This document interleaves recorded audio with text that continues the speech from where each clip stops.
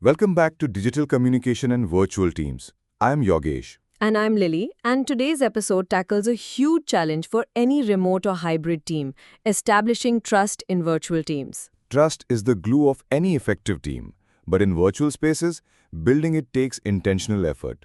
There are no coffee breaks, no water cooler chats, so how do you create connection and credibility? That's exactly what we'll unpack today. We'll explore the science of trust, practical rituals, and ways to foster transparency, reliability, and empathy in remote work. Part 1.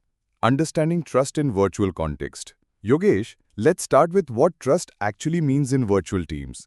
Researchers often break it down into three parts: competence trust, integrity trust, and emotional trust. Competence trust is about knowing your teammates have the skills and follow through. Integrity trust is about consistency and fairness. Emotional trust is about vulnerability and care. In the virtual world, you can't rely on body language or shared environments. So trust becomes a deliberate design, not a passive outcome. Yes, and it takes time. Teams that jump straight into tasks without establishing trust often face misunderstandings, conflicts, or disengagement later on. Part 2. First impressions and onboarding. Trust begins at onboarding. The way you welcome new members sets the tone for everything that follows. Agreed. A great virtual onboarding includes not just technical training, but social onboarding. Introductions, context, team norms, even informal chats. I love when teams include a buddy system or coffee roulette where new hires get to meet colleagues in short, casual one-on-ones. It shows the team values people as humans, not just as productivity units. Part 3. Reliability and accountability.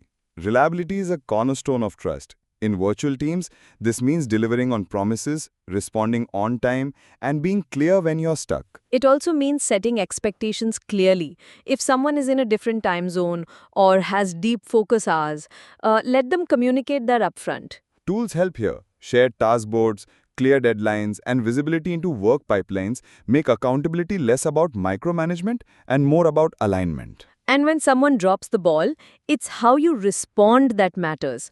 Owning it, apologizing, and realigning builds more trust than perfection ever will. Part 4. Communication styles and transparency. Clear and transparent communication is vital.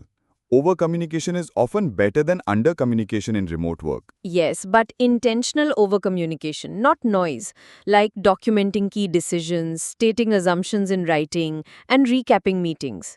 I also love the idea of working out loud, sharing what you're doing, what you're learning, and where you're blocked. It builds context and shows openness. And it signals that you trust your team enough to let them see your process, not just your polished results. Part 5. Building emotional trust and psychological safety. Now, let's talk emotional trust. Is the feeling that you can be yourself without fear of judgment. This is where psychological safety comes in. Yes, teams with high psychological safety let people ask questions, admit mistakes, or disagree respectfully without repercussions. Leaders play a big role. Modeling vulnerability like admitting, I don't know, or asking for feedback gives permission for others to do the same. Also, simple rituals help. A weekly rose, thorn, bud check-in, asking how people are really doing, or having space for humor and humanity. Part 6. Cultural sensitivity and inclusion. In global teams, trust also means being culturally aware. What builds trust in one culture, like directness, might erode it in another. Exactly. Some teams value punctuality, others value harmony. Some see silence as discomfort, others as thoughtfulness. Learning about your teammates' backgrounds, holidays, and values shows respect, and that deepens trust over time. Even small gestures, like adjusting your meeting time to accommodate fasting hours during Ramzan, go a long way. Part 7. Feedback loops and conflict resolution. Feedback is a trust accelerant or a trust killer. Virtual teams need structured and safe spaces for giving and receiving feedback. Without hallway conversations, assumptions fester. Tools like anonymous pulse surveys, regular retrospectives, or even one-on-one Slack check-ins can help. And when conflict happens, as it will, address it early. Use video over text. Name the tension. Focus on the issue, not the person. Conflict handled with respect can increase trust because it shows maturity and honesty. Part 8. Long-term trust practices. Trust isn't a one-time activity. It's an ongoing rhythm. It's built in the small moments, not just grand gestures. Yes, celebrate wins, give shout-outs, acknowledge effort.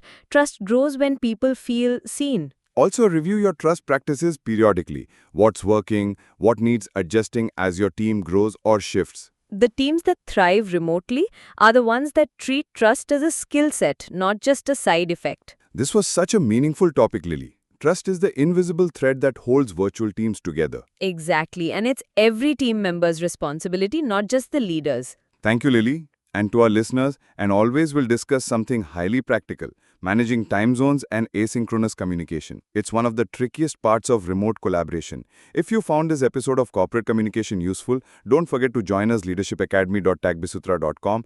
Do share it with your friends and colleagues and leave your review. Until next time, don't miss it. Until then, communicate with intention and build the kind of trust you'd want to receive.